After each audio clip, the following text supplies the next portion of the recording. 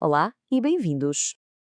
Pensem por um momento num tempo em que a Península Ibérica era, vá lá, uma peça vital no grande xadrez do Império Romano.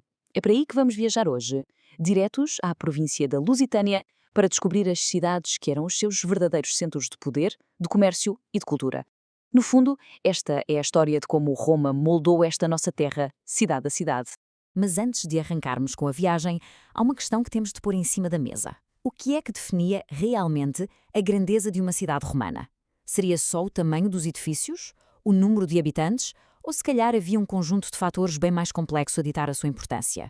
Ora, na Lusitânia, a importância de uma cidade media-se por um equilíbrio de três grandes forças: o poder político, aquele que ditava as leis, a vitalidade do comércio, que a ligava a todo o império, e, claro, a riqueza da sua cultura e das suas terras, que, no fundo, sustentavam a vida do dia a dia. Vamos então explorar as cidades que eram o rosto de cada um destes pilares.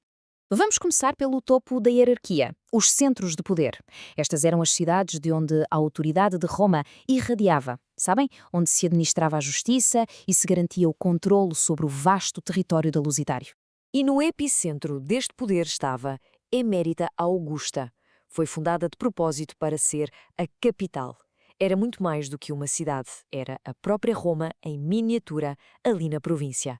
O seu coração político e administrativo, sem qualquer dúvida. E o que é que isto queria dizer na prática? Bem, significava que era aqui que vivia o governador, era daqui que saíam as leis e era aqui que estava concentrada toda a complexa máquina burocrática que mantinha a província a funcionar. Emérita Augusta era, sem sombra de dúvida, o cérebro da Lusitânia romana. Mas atenção! O poder de Roma não se concentrava só na capital.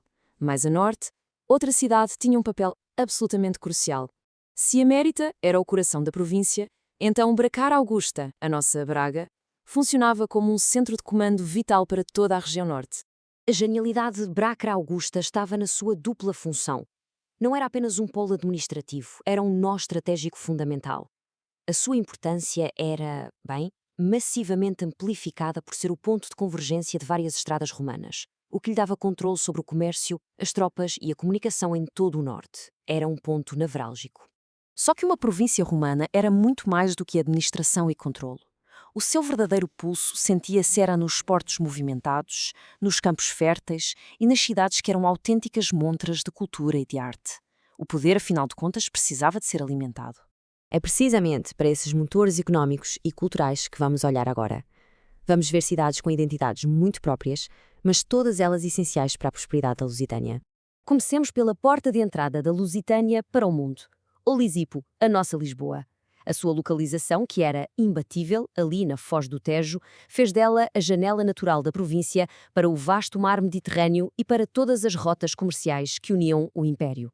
O Lisipo era o ponto de partida para as riquezas da Lusitânia. Estamos a falar de azeite, vinho, metais e o famoso garum, um molho de peixe que era super cobiçado. E em troca, claro, recebia bens de luxo de todo o Império.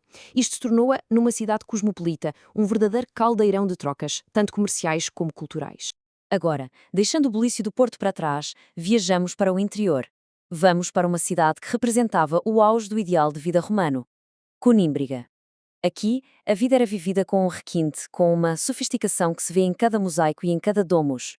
O mais fascinante de Conímbriga é que nos oferece uma janela quase intacta para esse passado. As suas ruínas, especialmente os mosaicos espetaculares e as domos, que eram as casas das famílias ricas, revelam não só a riqueza da cidade, mas também aquele ideal romano de uma vida urbana que fosse organizada, bela e, acima de tudo, confortável. Para terminar a nossa viagem pelas cidades, vamos para sul, para a cidade que, literalmente, alimentava a Lusitânia.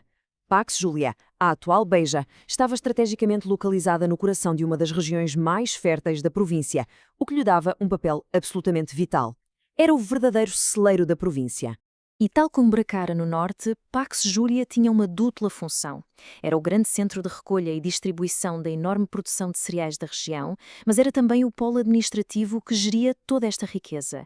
Era, de facto, o motor agrícola que garantia o sustento de grande parte da província.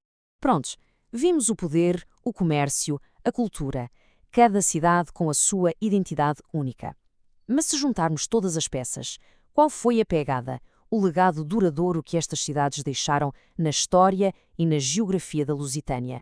O legado é bastante claro, não é? Emérita Augusta como uma grande capital, Bracara Augusta, o bastião do norte, ou Lisipo, a porta para o mundo, Conímbriga, o expoente máximo do esplendor artístico, e Pax Júlia, o coração agrícola. 5 cidades, 5 legados distintos que, todos juntos, formaram a espinha dorsal da Lusitânia romana. E para terminar, fica uma reflexão. Quando olhamos para as cidades de hoje, Mérida, Braga, Lisboa, Beja, e para as ruínas de Conímbriga, até que o ponto é que estas vocações, definidas há 2000 anos, ainda moldam a identidade e a vida destas regiões? Se calhar, o mapa romano ainda está de alguma forma desenhado por baixo das nossas ruas.